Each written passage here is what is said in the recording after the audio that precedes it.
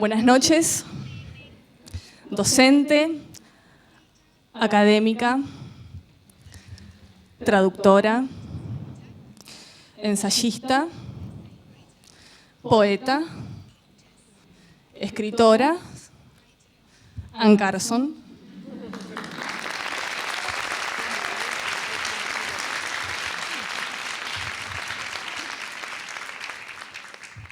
Le pedía permiso para leer preguntas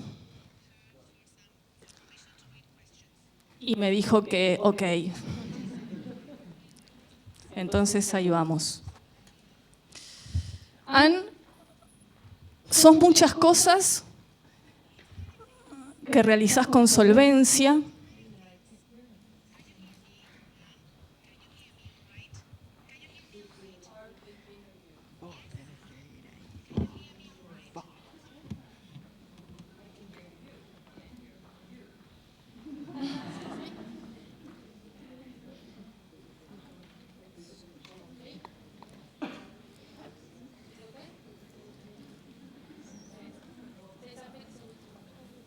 Hola. ¿Nos escuchás?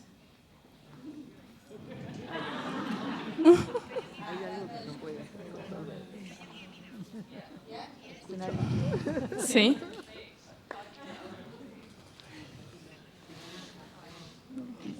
Bueno,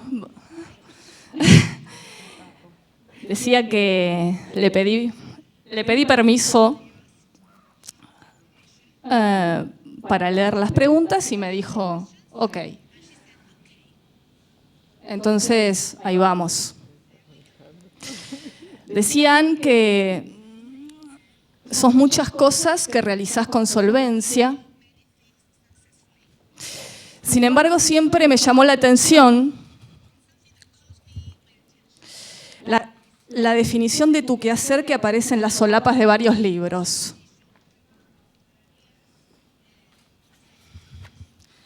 La frase, nació en Canadá y se gana la vida enseñando griego antiguo.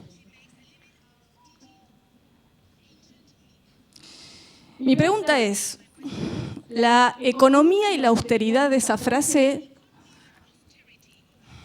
es intencional? Y de serlo, ¿cuál sería la intención?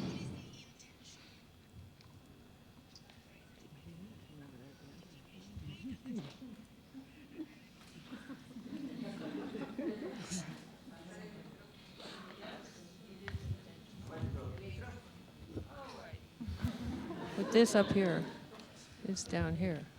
I'm not used to all these gadgets. Yeah, it's intentional. I mean, yes, it's intentional. If they make you describe yourself on a book. Sorry, I don't hear. Sorry. Ahora sí.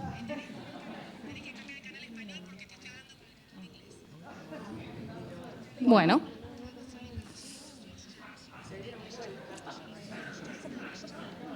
Channel 3. Channel 4. ¿Ahora? Perfecto. Yo creo que no va a suceder nada más. Okay. So as we were saying, yes, it's intentional.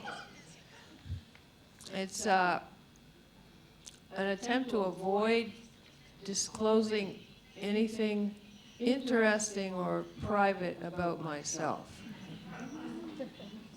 on a book jacket, which seems to me a legitimate aim in general.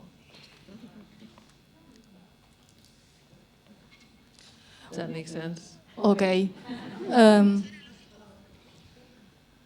Sí, suena lógico. De todas maneras me quedo pensando que vos decís que no querés revelar nada privado, pero sin embargo omitís, por ejemplo, la cantidad de libros que escribiste. Es como si hubiera algo en la docencia que te interpelara más que otras cosas. Tal vez me equivoco.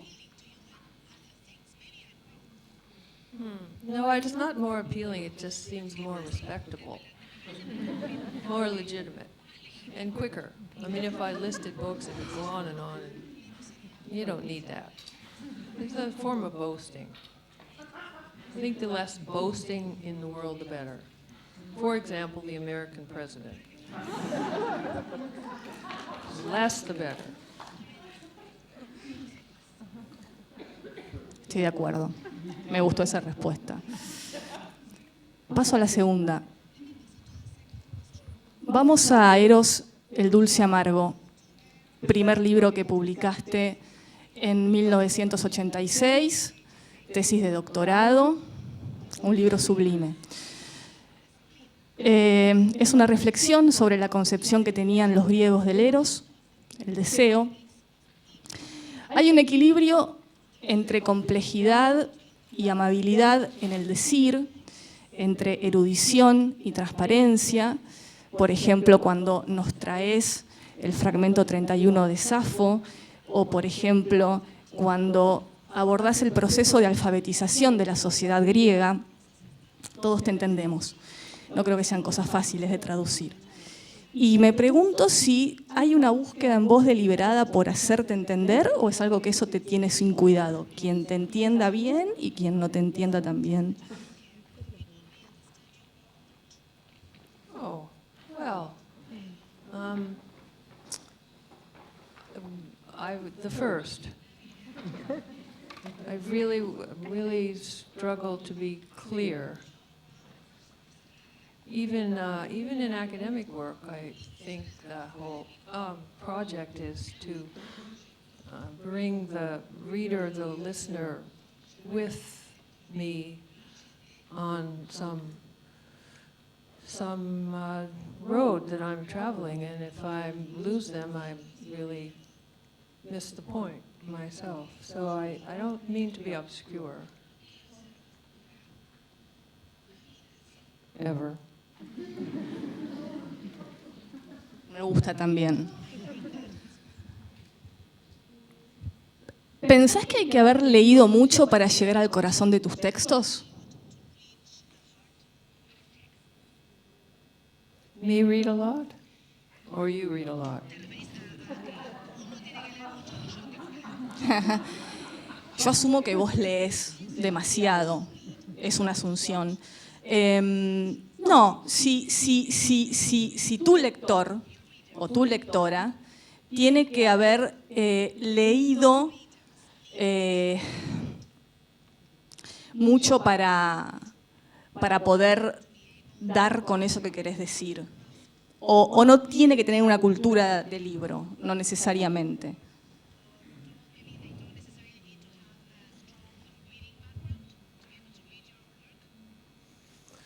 Well, I think it would help, but as I say, the task I undertake is to bring them with me into an understanding of the text, whatever text it is or argument it is. So I think I wouldn't require somebody to have understood Hegel before reading my remark about Hegel. But if they did, that would make it a richer experience, I suppose. But I think I'm trying to unfold things for other people at the same pace as I unfold them for myself. So we're both starting off unknowing and get somewhere more knowing, ideally. Como un diálogo platónico. Yeah, sort of like a Platonic dialogue, although I don't quite trust Plato to ever be saying what he means or wanting to help people, but sure, it's a dialogic process.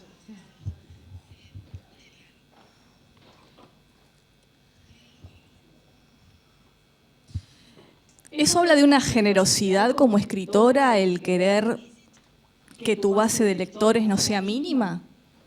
habla de una generosidad y de una falta de subestimación también al individuo, me parece.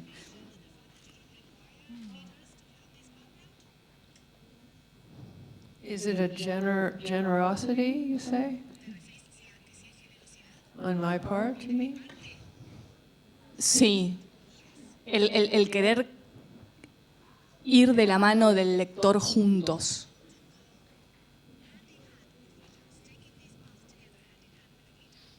Oh, well, what else would you do? Well, I guess you could just run down the road ahead of them and hope they follow. That wouldn't be.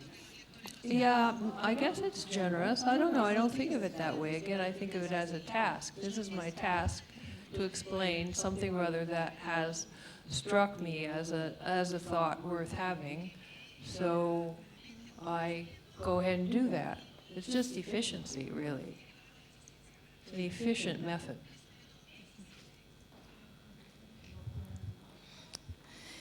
En Eros decís lo siguiente: si seguimos la trayectoria del Eros, lo encontramos sistemáticamente trazando la misma ruta.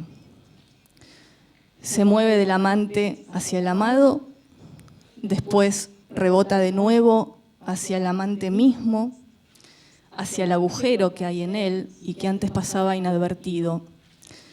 ¿Cuál es el verdadero tema de los poemas de amor? No es el amado, es ese agujero. Parecería entonces que la condición del amante es parecida a la condición de quien escribe. Ambos son portadores de un conjunto de opuestos destinados a estar juntos, es decir, lo dulce y lo amargo. ¿Escribir para vos es una manera de transitar la incomodidad de que Eros sea eminentemente falta?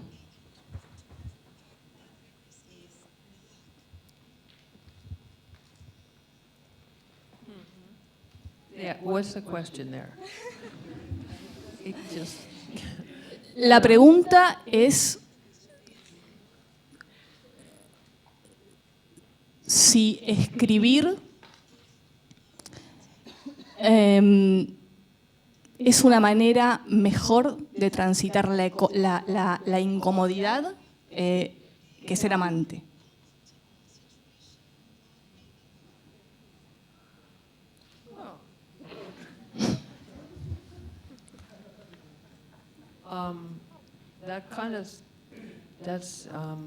I'm paralyzed by that question.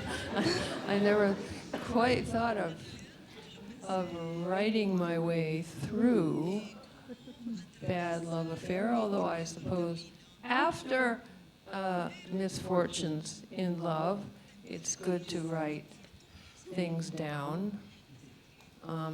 especially all your sarcastic assessment of the lover who left. It's good to get that down on paper. But I don't think of it as a way of navigating in the event of a love affair, but I'm not sure I'm getting your question there. Tal vez yo tampoco.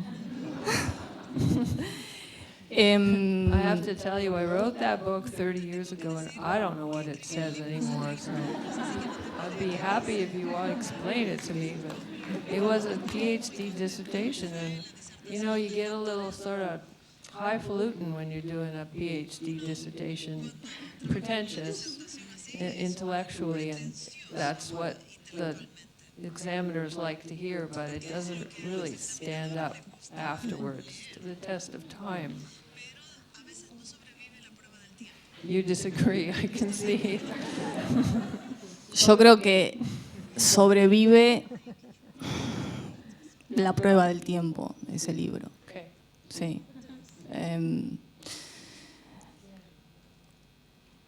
I'd be happy if that were true, as long as you read it and I don't have to. I have to say, Curry, who's sitting in the front row, my husband has never read that book and refuses to.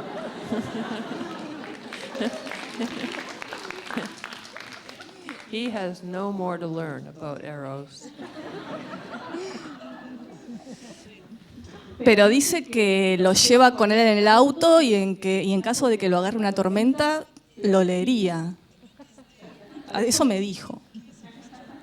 No sé si es así.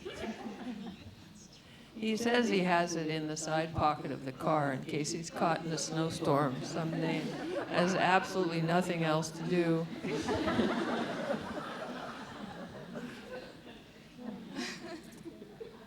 Anyway, sorry, we interrupted you. No, al contrario. Ann, ¿por qué seguimos mirando a los griegos? ¿Por qué seguimos leyéndolos? ¿Por qué volvemos a ellos?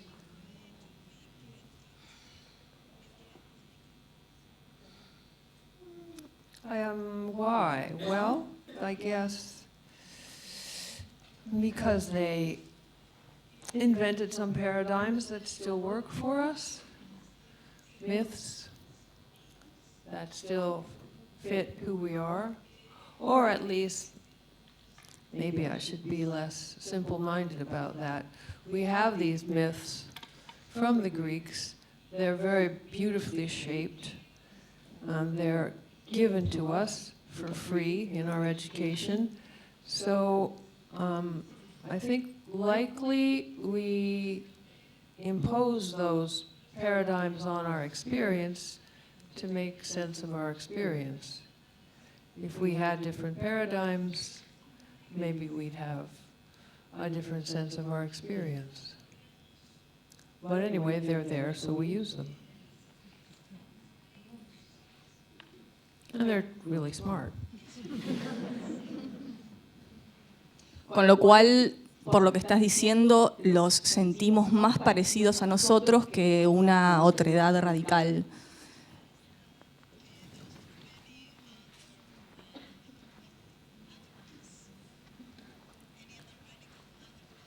The Greeks are closer to us? No, me pregunto si nosotros nos sentimos parecidos a ellos, o lo que nos llama la atención es la otredad de ellos respecto de nosotros. ¿Vamos a buscar lo extraño o vamos a buscar lo parecido?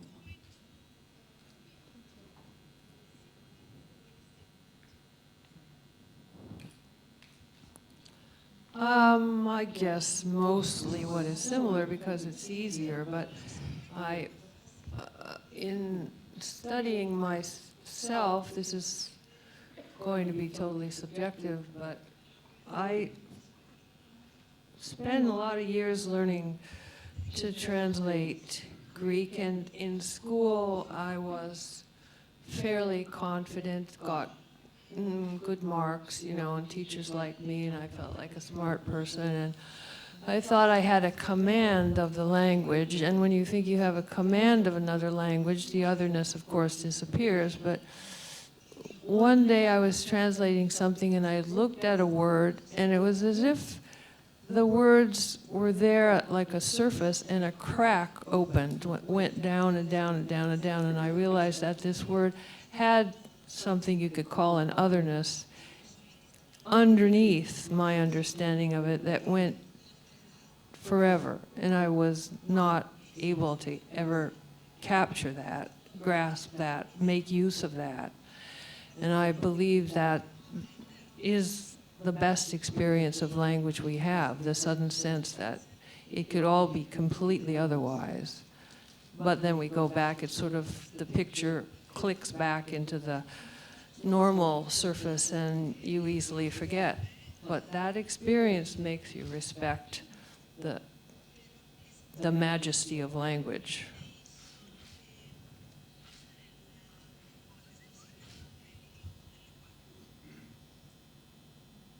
That wasn't the right word, majesty, but something of language.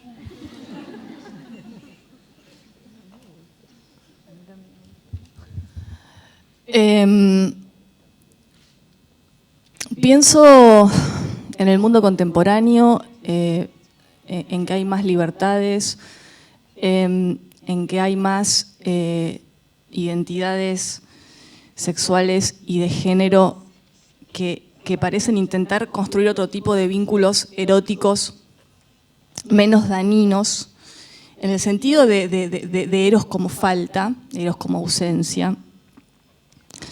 Y te quería preguntar si pensás que la visión de lo erótico que vos nos traes en ese libro fue cambiando a lo largo del tiempo o básicamente lo seguimos experimentando de la misma manera con los conceptos que vos abordás en Eros. The lack, you mean the concept of Eros as lack? Sí. No, I don't experience it anymore because I'm happy now. There's Curry. But it's still a logically convincing paradigm. At least in Greek, the word for eros comes from the verb to lack. And in English, I don't know how Spanish works, but in English we have want. The noun and the verb want means also lack. I want means I am in want of. Do you have that in Spanish? Same structure for the verb, some verb for desire or want? Yes? What would that be? You have a verb for I want, which means I desire, but also I am in want of.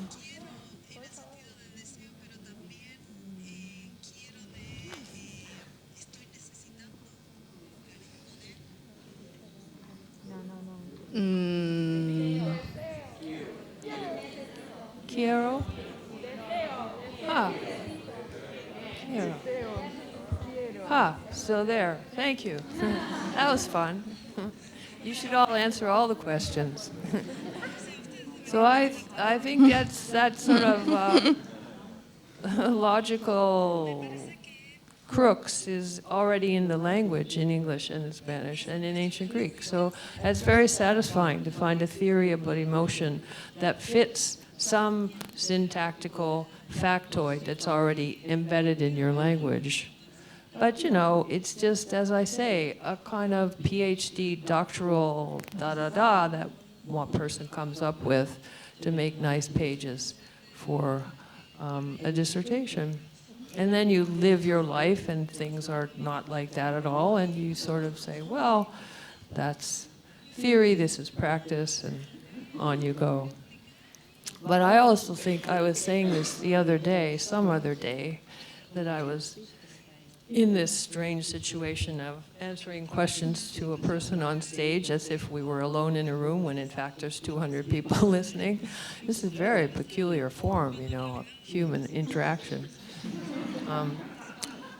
We were talking about this thing of theories of love, and I was saying, which still seems true to me, that theories of love usually come out of people in their adolescence, or when from that level of themselves that is still adolescent, and then they age or grow past, experience things beyond that, and erotic theories kind of fall away. It's a teenage success to have an erotic theory. Makes you a supreme teenager to have an erotic theory. I always wanted to be a supreme teenager. I wanted to be Oscar Wilde as a supreme teenager. I almost achieved that.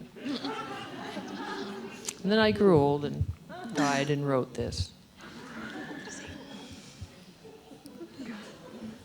Anyway. O sea que hay una posibilidad de dejar de sufrir en algún momento. ¿Sí?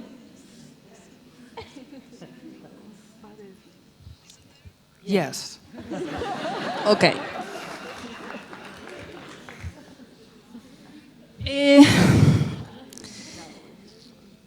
Apareces mencionada en el capítulo de The L Word, una serie lésbica del 2004, en una conversación entre dos mujeres. Supongo que te consta, que lo sabés. Y te pregunto qué te pasa con eso de aparecer en una serie masiva, pero a su vez con una temática puntual. ¿Te causa gracia? ¿Te deja indiferente?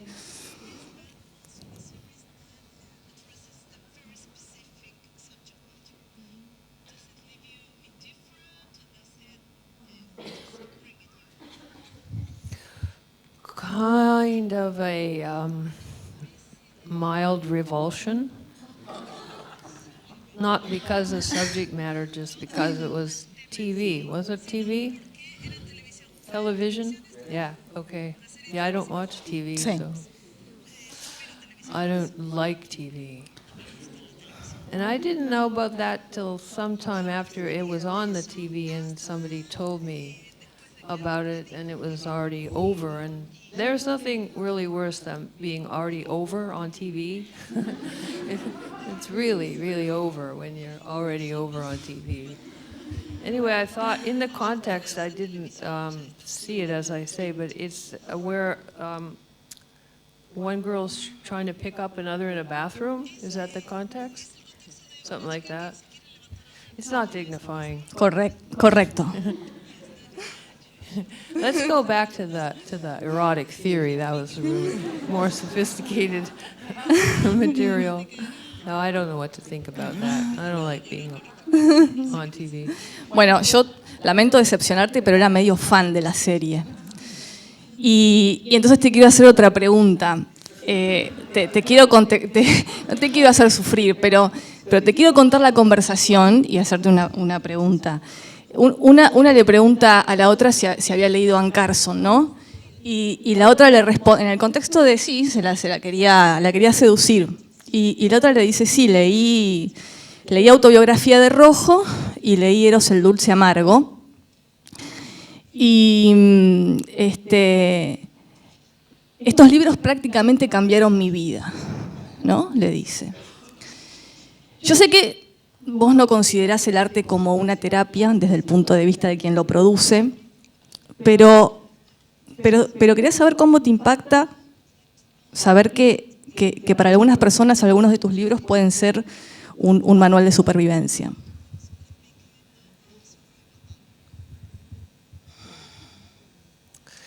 Well, it's humbling. What else can I say? I don't want to make light of that, but I don't know what to respond to it when people say, your book changed my life. I'm happy it did, but I can't go on from there. I mean, if it changed their life, they're changed. Now we're all fine. It's not a developmental situation. ¿No te parece evolutiva, no? Que hayas llevado a una persona de un lugar a otro. Supuestamente mejor. Yeah, it's developmental for them. But I mean, from that point on, what do I do next? We don't have a point C to get to together, me and this person. It's done.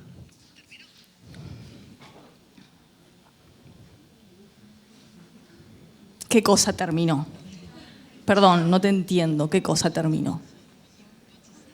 La persona leyó 2 de tus libros, le cambió la vida, y vos decís que te honra, pero que ahí no hay proceso evolutivo. Entonces te pregunto, ¿en dónde hay proceso evolutivo? No evolution from that point on.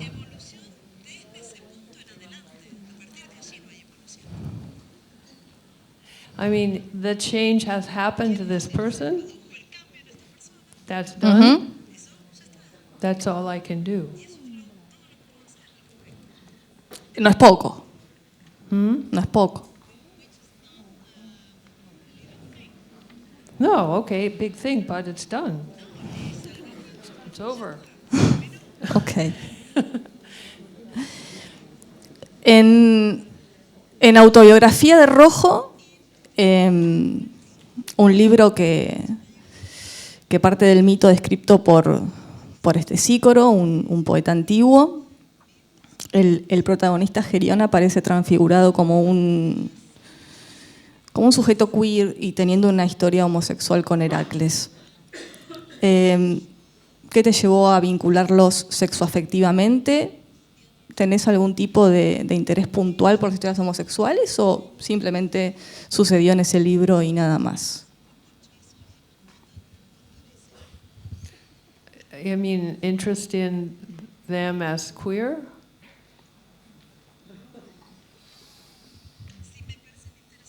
Interest in... Si las historias homosexuales te interpelan especialmente o simplemente ocurrió en ese libro. And I don't think it happened just for that book, but I can't remember.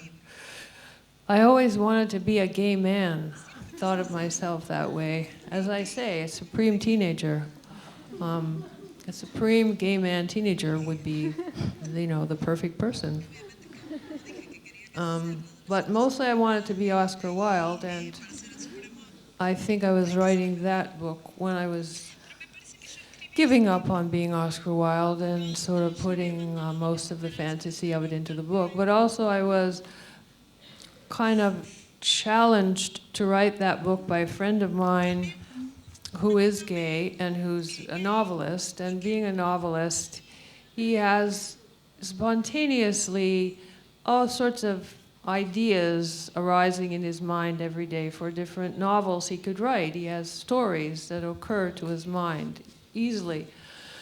And I've never had a story occur to my mind easily, and so I was always kind of grumpy with him about him having all these stories.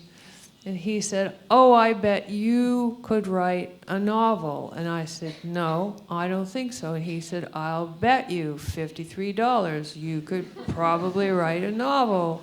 So then I had to do it. And so, because he was gay and it was sort of a riposte to him, I made the characters gay too. But I think within the myth it makes most sense because the myths of Heracles are all pretty weird sexually, but most of them have an overtone of queerness, so it made sense within the context of that traditional legend. ¿Por qué era lógico? El mito original, Gerión es un sujeto monstruoso y Heracles lo mata para quedarse con su ganado, ¿verdad? Yes. ¿Y por qué tiene lógica configurarlo como un sujeto queer? Well, he is a monster, Heracles, but he's always dancing around in a lion skin, half naked, and a number of the interactions he has with other monsters are kind of like nights at the sauna. You know, it's all about grappling and wrestling and throwing people around and cleaning shit out of stables, and it's all very, it just seems like gay imagery to me. He only has one labor, one official legendary labor of Hercules where he's dealing with a woman, and that's oh,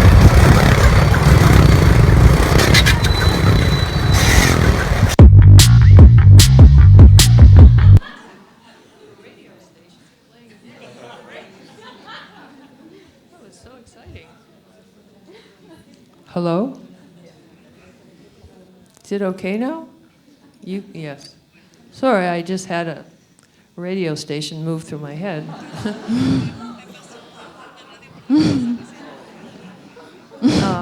Where were we? Oh, Omphaly. Heracles has one labor where...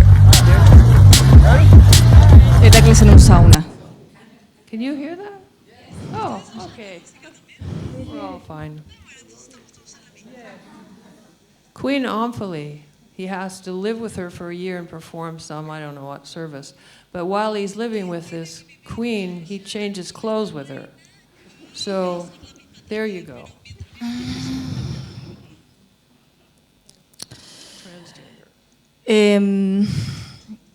Este mes está llegando a las librerías de Buenos Aires Red Dog, la segunda parte de autobiografía de Rojo. Y me pregunto A ver, al final de Autobiografía de Rojo, la relación entre Gerión y Heracles se pone, a mi modo de verlo, un poco triste. No quiere estar más con él, dice que el sexo es degradante en relación con el pasado. La pregunta es si la segunda parte de Autobiografía de Rojo, esa relación, ¿hay una redención en la relación o se pone todavía más triste? Si nos querés contar. Yo todavía no lo pude leer. This is called a spoiler. Algo, pero algo. Algo, no se puede decir. Let's see. They stay sad. Qué mal. O sea, no dejan la adolescencia. They do, and that too is sad. They age, and they grow more distant, and less, more distant, more self-aware of their distance, of their difference.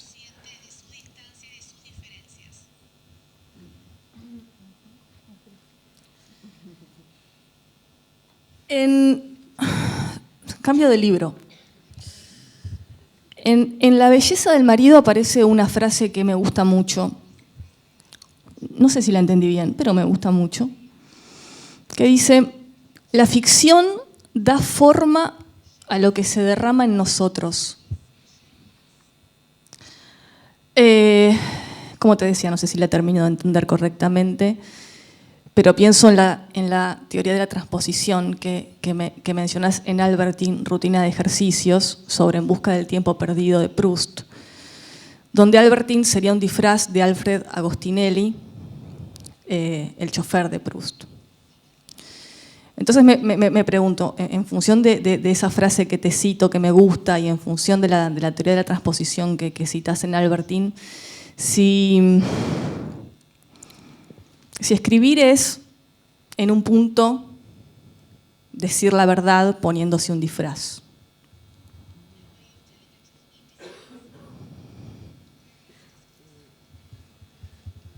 I think answering a question like that, a sensible author will always lie.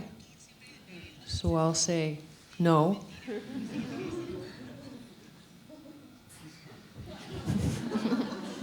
That confused her. Mal. O sea, mentiste. Él no es una mentira. Always. Ok, seguimos. You know that philosophical statement, they use this at dinner parties. You sit down at dinner in a philosopher's house and you have a piece of paper in front of you that says, the sentence on the other side of this paper is a lie. We're involved in that problem here. But it's okay. We just keep turning the paper.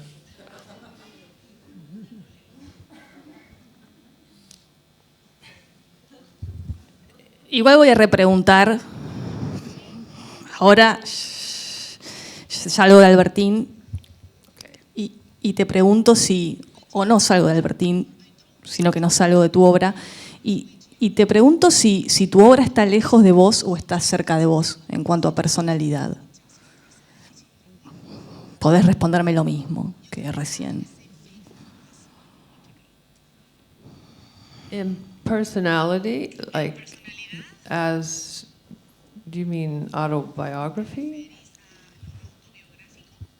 Sí, ¿cuántos grados de ser Dean Carson hay en su obra?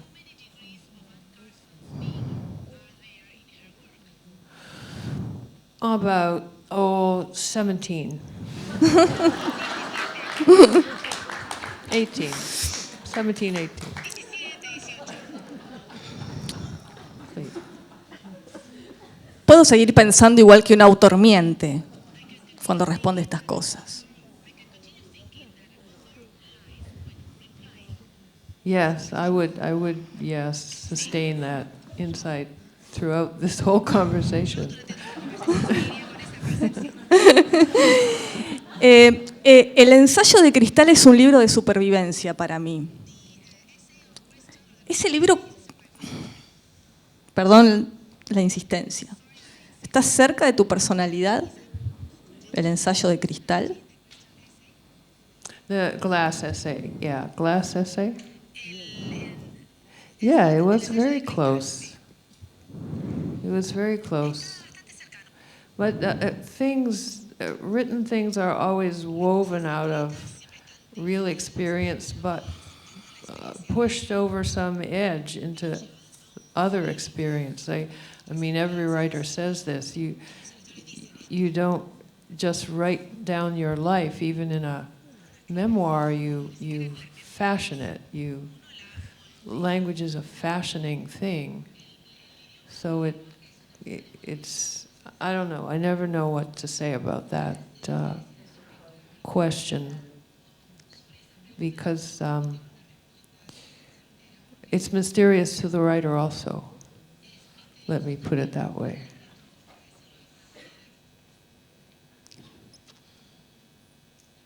Maybe I'm more interested in hiding than other authors. I don't know, but it's mysterious how the process works, how the life of me gets woven into the thought of a story about not me.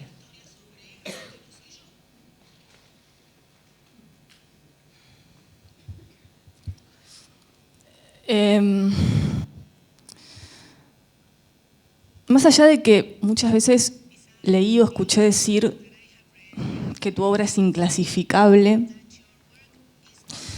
una vez escuché a alguien también decir que no eras una poeta narrativa. Y lo asocio con algo que decís sobre el pintor Francis Bacon en Variaciones sobre el derecho a guardar silencio. Decís, Bacon quiere derrotar la narrativa donde quiera que intente aparecer, que es prácticamente en todos lados, ya que los humanos somos criaturas hambrientas de historias. Él no quiere alimentar esa esperanza. Y por otro lado, en Hombres en sus horas libres, decís que no sos una persona con oído musical, que tus versos son bastante toscos y que entonces esa limitación te lleva a hacer algo de tipo más narrativo. Mi pregunta es, personalmente, ¿te consideras más una poeta narrativa o no? Yes. In the sense I do copy down things I observe. I think that's what narration means to me. I don't invent much, I copy down, which is narrating experience.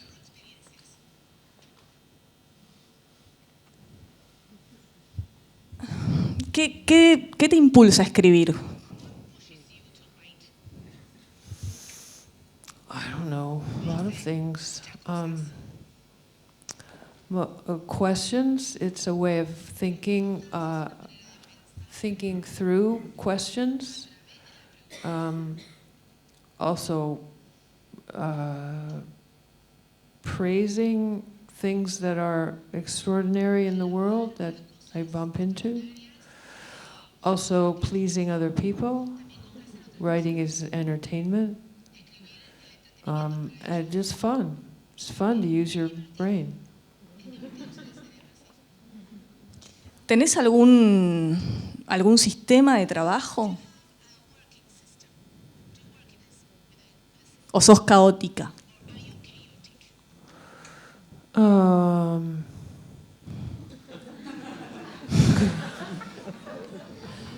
She's asking me if I'm chaotic or if I have a system.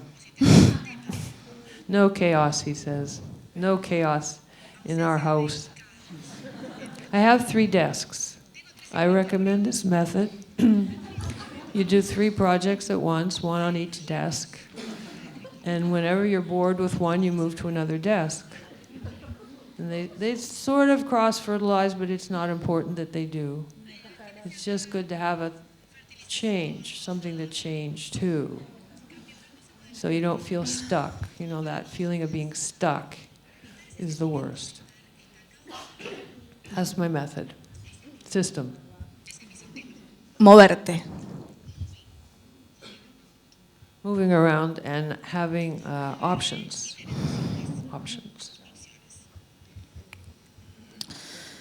Publicaste tu primer libro no académico a los 42 años, Charlas breves. O sea, el primero fue la tesis de doctorado en el 86. Charlas breves es del 92, 42 años. ¿Pensás que en el mundo de la literatura hay una ansiedad cultural por publicar rápidamente? I would have published quickly if I had had a good idea quickly. Yeah. It's a youth culture. At least America, it's a youth culture. I don't know about here. But yeah, I just didn't have it thought through then.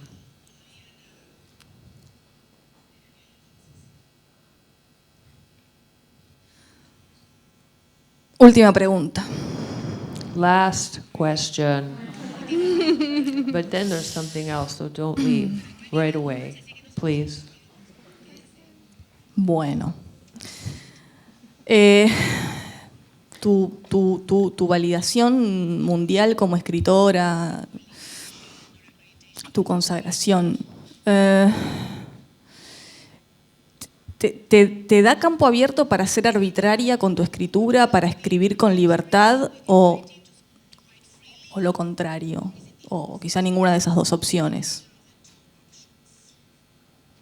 ¿Ser avalada te da libertad o ser avalada te la quita?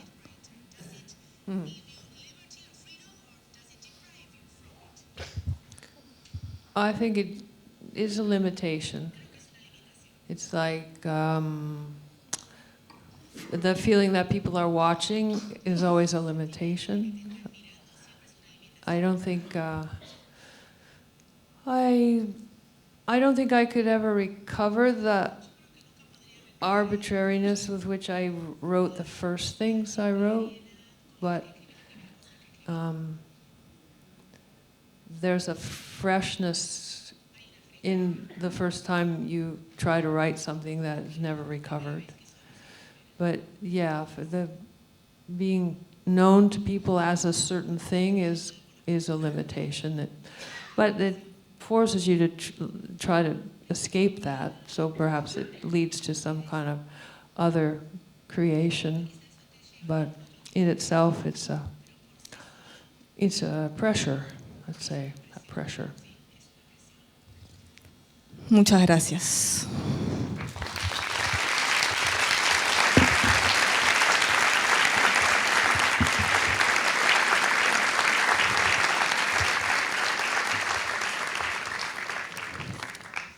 We have one more thing to do.